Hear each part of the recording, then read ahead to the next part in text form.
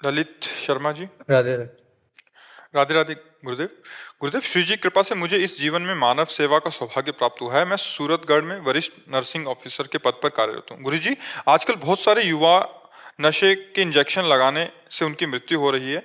महाराज जी, ऐसी परिस्थिति में मरीज के परिजन हॉस्पिटल में आके विलाप करते हैं और मरीज को बचाने के लिए कहते हैं। ऐसी स्थिति में हृदय बहुत दुखी हो जाता है। ऐसी स्थिति में हम क्या कर सकते हैं? कुछ नहीं कर सकते। अवश्य में भोक्तव्यम कृतम कर्म शुभाशुभम, जो जैसे कर्म करता है उस जीव को भोगना पड़ता है।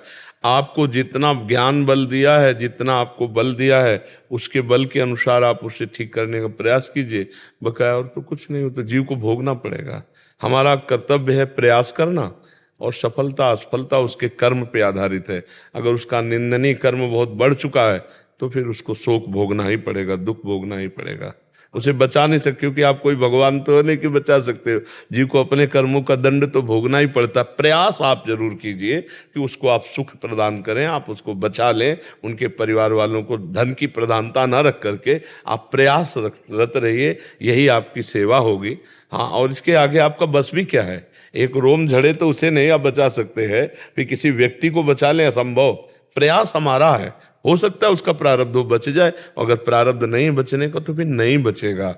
ऐसे एक डॉक्टर आए थे कैंसर के, वो कह रहे थे ऐसी ऐसी बुरी दशाएं कैंसर की हैं, कीड़ा पड़ गए मुख में, ऐसे ऐसी परिस्थिति में बहुत विकल हो जाता। तो उनका विकल होने की जरूरत नहीं, धैर्य की जरूरत है। धैर्यवान होकर के आप ऑपरेशन कीजिए, धैर्यवान होकर औषधि दीजिए, बचाने का प्रयास कीजिए। ना बचे वो उसका प्रारब्ध है। हम अपनी तरफ से कोई गलती नहीं करेंगे, कोई ढिलाई नहीं रखेंगे, धन की प्रधानता नहीं रखेंगे कि अगर धन हो तो हम इस औषधि का प्रयोग करें, धन नहीं तो हम कह नहीं। अगर जरूरत पड़े तो हम अपने कर्जा लेकर के भी दूसरे को ठीक करने का प्रयास रखें, तो भगवान आपको सफलता देंगे, भगवान आपको सहयोग। जो परहित की भावना करता है तो उस पर भगवान बहुत प्रसन्न होते हैं। दूसरों को सुख देने के बराबर उपासना कोई नहीं।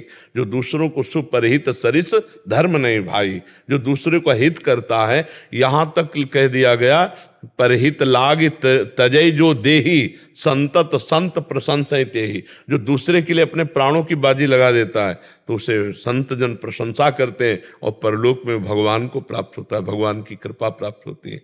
तो निराश तो कभी होना नहीं, क्योंकि जीव को अपने कर्मों का फल अवश्य भोगना होता है। आप प्रयासरत रहिए, आप अपने प्रयास में ढिलाई मत कीजिए, ठीक है? हाँ जी महाराज जी, क्या है कि उनके परिजन जब विलाप करते हैं तो दुख बहुत ज्यादा होता है। हाँ, ये तो भोगना ही नहीं। अब वो संबंधी है उनको तो, लेकिन थोड़ा सा भी हृदय निर्दयी रखना चाहिए, थोड़ा हृदय निर्दयी रखना। अगर आप वैसे रोने पर, फिर मान लो डॉक्टर पीड़ा पर फिसल जाए तो ऑपरेशन कैसे करेगा? फिर वो कैसे उसका, तो अब थोड़ा सा, हाँ। तो हमको क्या है कि अगर ऐसे सबके रोते तो हम डिस्टर्ब हो जाएंगे। नहीं नहीं, जीव अपने कर्मों का फल भोग रहा है। हम जितना बन सकेगा उसको सुख प्रदान करने की चेष्टा करेंगे। बका विवेक के द्वारा अपने को संभाले। दूसरे के रोने धोने पर भाव, फिर आप इतने कमजोर हो जाएंगे कि सेवा नहीं कर पाएंगे। युवाओं में ज्यादा होता है महाराज जी, बुजुर्ग होते हैं उनमें इतना नहीं होता, लेकिन 20 साल के 22 साल के युवा होते हैं थोड़ा ज्यादा।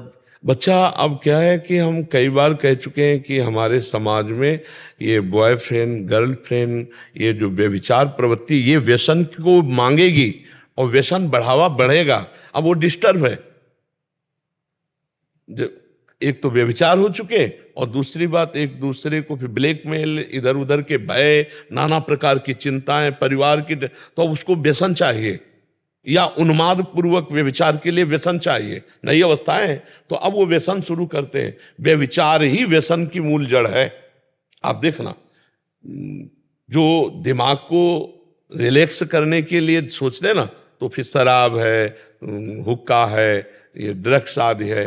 ये भाई, उनको मिल भी ऐसे साथी जाते हैं। एक बार इनका अंदर प्रवेश हुआ शरीर में, तो फिर शरीर इतना एक्टिव हो जाता है कि उसके बिना एक्टिव नहीं होगा।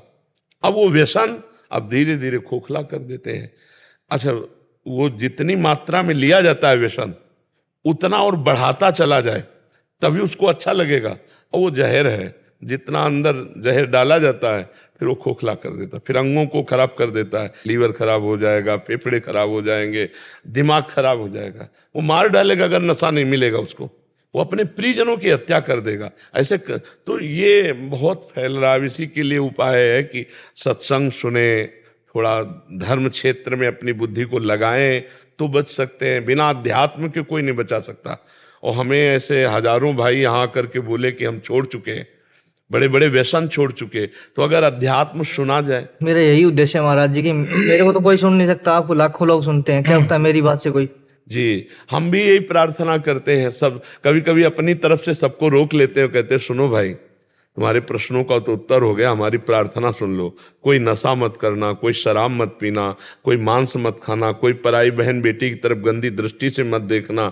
अगर तुम ऐसा नहीं करोगे तो तुम्हारा जीवन देवत्व वाला हो जाएगा। अगर ऐसा करोगे तो राक्षसी जीवन, दूसरों के लिए बड़ा हानिकारक जीवन, तुम्हारा अपने लिए तो हानिकारक है ही, दूसरों के लिए भी हानिकारक हो जाएगा। नहीं, आप अच्छे से चलो, भगवान ऐसे जनों का बड़ा सहयोग करते हैं। अर्जुन जी